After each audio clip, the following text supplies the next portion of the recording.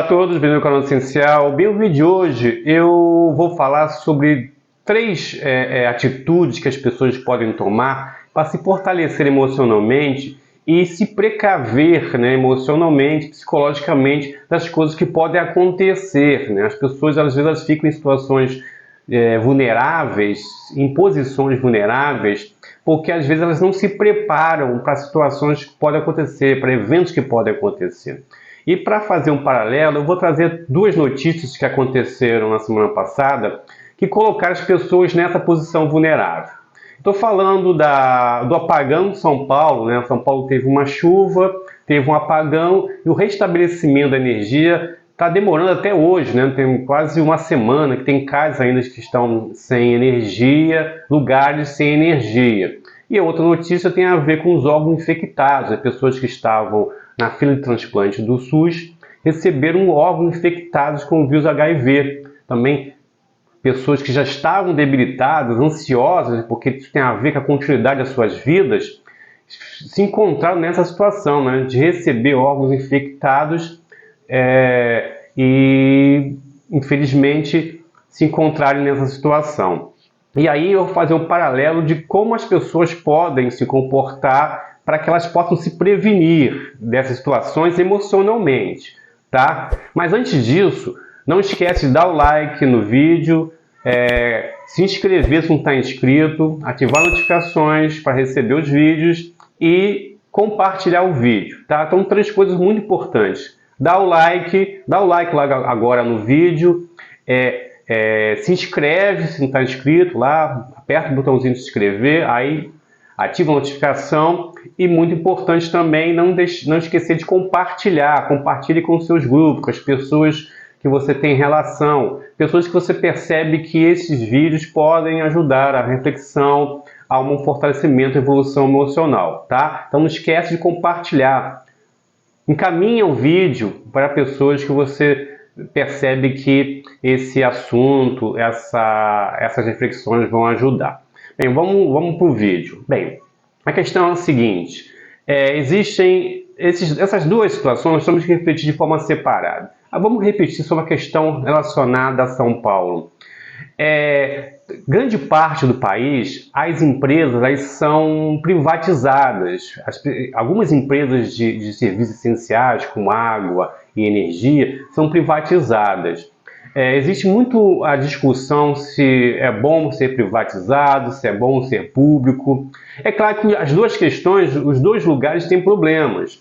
Quando a empresa de serviços essenciais ela é pública, ela tem a questão política envolvida. Então, todos os políticos, né, na realidade, nessa questão, a empresa de energia e de esgoto, de água, são empresas estatais, o governador às vezes utiliza essas empresas como moeda de troca política. Então ele encaminha alguém, coloca um presidente ali da empresa, alguém ali fazendo parte do seu círculo político e usa como moeda de troca para fortalecê-lo politicamente nas eleições. Isso realmente é uma questão muito perigosa e séria, porque pode comprometer a qualidade do serviço. Na outra ponta, a questão da privatização tem a ver com uma empresa, quando ela se apodera no serviço, ela quer buscar o lucro. É natural, uma empresa capitalista quer buscar o lucro. Então o que ela faz? Ela tenta minimizar os gastos e otimizar e maximizar os seus ganhos. Por exemplo, aqui no Rio de Janeiro, tem uma empresa chamada SEDAI, que era pública, né, estatal, do estado do Rio de Janeiro, e foi privatizada. 2 meses depois da privatização, essa empresa ela dobrou o seu faturamento. Como é que ela fez isso? Antes, a SEDAI só cobrava pelo fornecimento de água. Hoje, a empresa ela cobra pelo fornecimento de água e o fornecimento de esgoto. Não fornecimento, mas ela trata o esgoto, né? Ela faz a recuperação do esgoto.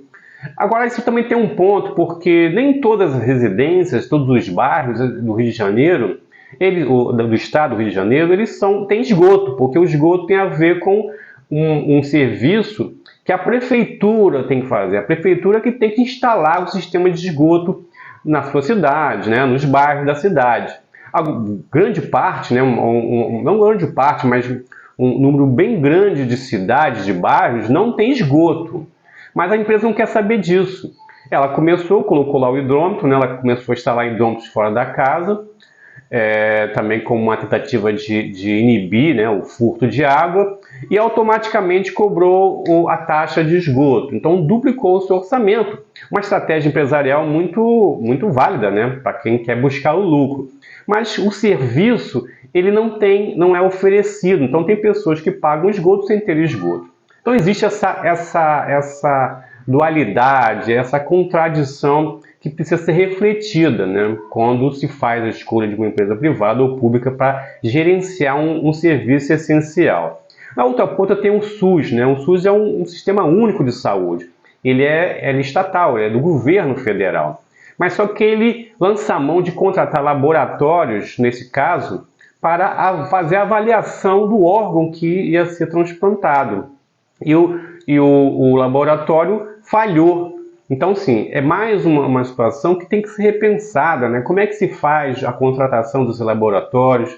Como é que isso acontece para que as pessoas não possam ficar vulneráveis? Então, fazendo essa avaliação, a gente vai agora para os 3 pontos que as pessoas podem se precaver, se prevenir, se fortalecer para não evitar, mas estar pronta para essas situações.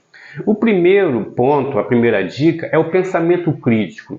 As pessoas têm que ter um pensamento crítico. O que significa isso? Você tem que ter um pensamento de avaliação da situação, avaliação crítica. A avaliação crítica é você ponderar todos os pontos envolvidos naquela situação. Então, por exemplo, quando a empresa, a energia elétrica foi privatizada em São Paulo, a população tinha que ter feito um pensamento crítico em relação àquela situação. Se valia manter pública ou se valia a pena privatizá-la. Eu acho que isso não aconteceu. A coisa vai seguindo um pouco ali na corrente e quando as pessoas se deparam, elas estão recebendo um serviço que elas não gostariam, né? Um serviço precário, um serviço com falhas. Então, o pensamento crítico é muito importante. Você, em todas as situações da sua vida, você tem que ter um pensamento, uma reflexão crítica daquilo que está acontecendo e não agir de forma emocional ou não agir de forma influenciada por pensamentos ou questões que vêm de fora. Então, o pensamento pensamento crítico é muito importante.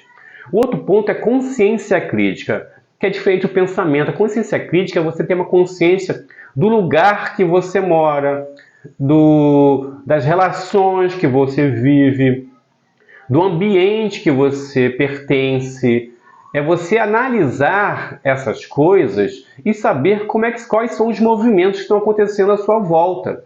Se você não fizer isso, se você não tiver consciência do ambiente que você vive, você acaba se deixando levar e acaba entrando em situações como essas. Então é importante ter uma consciência crítica da sua realidade e da percepção do lugar e do ambiente e do momento que você vive. Então, o pensamento crítico é o pensamento da situação específica. E consciência crítica é a consciência de todo o universo que está ao seu redor. E o último ponto é ser proativo. As pessoas são muito passivas, às vezes, com relação às questões que acontecem com elas. Então, elas são passivas, então as coisas vão acontecendo, ela só vai recebendo. Ela só vai sofrendo a ação daquilo. Ela não se antecipa às situações. Então, ser proativo é muito interessante, porque você tendo o pensamento crítico, a consciência crítica, você age. Você antecipa aquela situação e tem um pouco de controle sobre aquilo. A pessoa passiva, ela só recebe as influências, o resultado. E isso acaba influenciando negativamente as questões emocionais, porque ela vai se debilitando com as ações, tanto das situações como a ação das pessoas à sua volta.